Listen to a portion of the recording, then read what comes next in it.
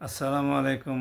সম্মানিত দর্শক শ্রোতা ভাই এবং বোনেরা, বিএনপি সরকার ক্ষমতায় আসার আগেই বিভিন্ন জনসভায় নেতৃস্থানীয় ব্যক্তিবর্গ ঘোষণা করছিলেন যে তারা ক্ষমতায় গেলে আওয়ামী লীগের সমস্ত মামলা তুলে নেবেন। ওনারা এখন তো ক্ষমতায় এসেছেন, নিরঙ্কুশ সংখ্যাগরিষ্ঠতা পেয়ে গেছেন, একে একে মামলা তুলে না নিলেও জামিন দিয়ে দিচ্ছেন। তাহলে আওয়ামী লীগের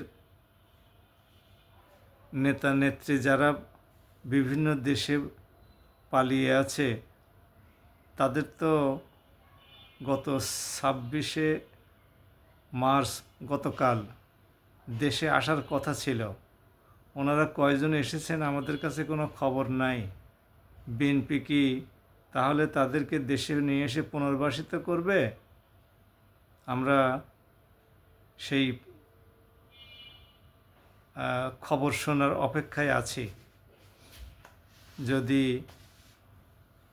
বিএনপি সেটা করে তাহলে ভালো, দেশের মানুষ মাতৃভূমিতে ফিরে আসলো। আর যদি না করে, শক্ত অবস্থান নেয়, তাহলে অবশ্যই আওয়ামী লীগের ভাগ্যে ভোগান্তি আছে। কিন্তু কথা হলো, ভারত এই সমস্ত পলাতক রাজনীতিবিদদের কত দিন থাকার সুযোগ দেবে? আর ওই সমস্ত নেতা নেতৃবৃন্দই বা কতদিন কিভাবে অর্থ সংস্থান করবে তাদের সেখানে বিলাস জীবনযাপন করার জন্যে? নাকি এমন পরিমাণ অর্থ তারা নিয়ে গেছে যে আজীবন যদি ভারতে বসে খায়, ভারত সরকার যদি সে সুযোগটা দেয়, তাহলে তাদের কোনো অসুবিধা নাই, অসুবিধা হবে না, অর্থ সংকট সৃষ্টি হবে না। তাহলে সেটাও হতে পারে।